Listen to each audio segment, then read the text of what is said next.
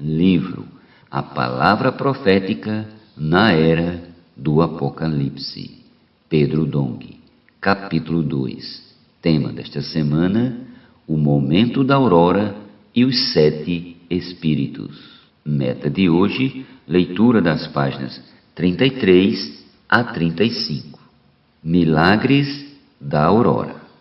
Palavra revelada, batalhas vencidas e julgamento dos perversos.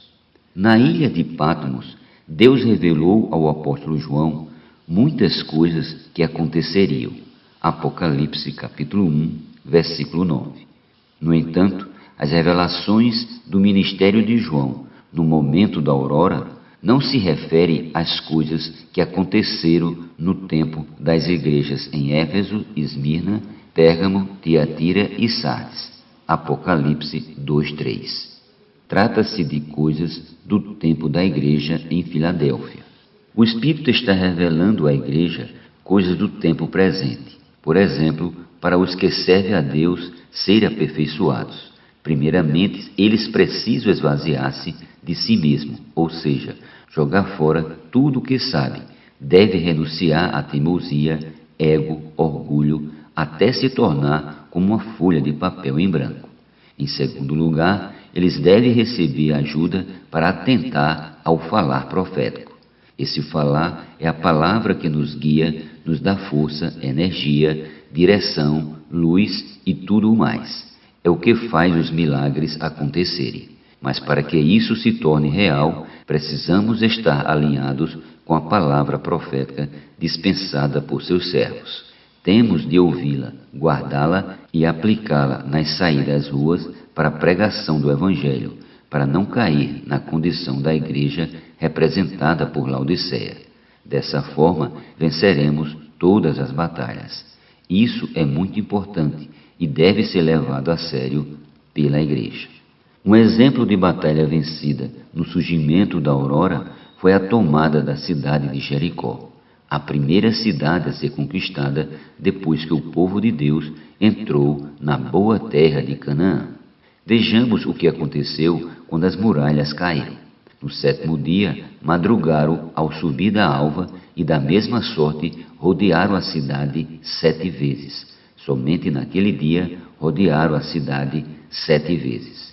E sucedeu que na 7ª vez, quando os sacerdotes tocavam as trombetas, disse Josué ao povo: gritai, pois o Senhor vos entregou a cidade. Josué capítulo 6, versículos do 15 ao 16. Quando a aurora surgiu, a batalha foi vencida. Para entrar no reino, precisamos conquistar Jericó e derrubar obstáculos após obstáculos, cidade após cidade. Portanto, a luta começa no momento da aurora. O livro de Oséias mostra que a vinda do Senhor é certa como a alva, como a aurora. Conheçamos e prossigamos em conhecer o Senhor. Como a alva, a sua vinda é certa, e ele descerá sobre nós como chuva seródia que rega a terra. Oséias 6:3. Essa profecia diz respeito principalmente a Israel. Nos capítulos 5º e 6º desse livro, vemos que Deus julgará pesadamente os sacerdotes da casa de Israel e a casa do rei, uma vez que todos se rebelaram contra o Senhor e o abandonaram, sacrificando aos ídolos a rainha do céu e a Baal.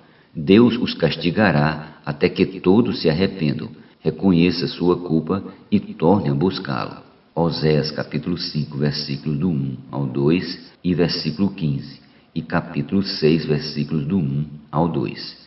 Ainda que, em 1948, Israel se tenha tornado uma nação, ao chegar o tempo final, a aurora, a pressão sobre esse povo aumentará a ponto de clamarem: Senhor, perdoa-nos. Nesse momento, o Senhor descerá sobre eles como a chuva seródia, regando toda a terra. Aleluia! Ainda vemos o surgir da aurora no livro de Jó. Em sua ignorância, Jó pensava que sabia mais do que Deus e que Deus não conhecia o homem. O Senhor então lhe disse: acaso, desde que começaram os teus dias, deste ordem à madrugada ou fizeste a alva saber o seu lugar, para que se apegasse às orlas da terra e desta fosse os perversos sacudidos? Jó, capítulo 38, versículos do 12 ao 13. Esses versículos mostram que Deus faz surgir a aurora, pois homem nenhum tem essa capacidade. A aurora está chegando, e quando chegar, se apegará às orlas da terra e isto ao horizonte. Nesse momento, começa o amanhecer. Então, os perversos, os que são da noite, serão sacudidos. Essa é a função da aurora. Essa é a revelação atual. Quando a aurora surgir, os perversos e os injustos serão julgados. Amado leitor, em nossos dias, no momento da aurora, vários milagres são vivenciados por pessoas simples e obedientes à palavra profética e ao guiar conclusivo do Espírito. Várias batalhas têm sido vencidas.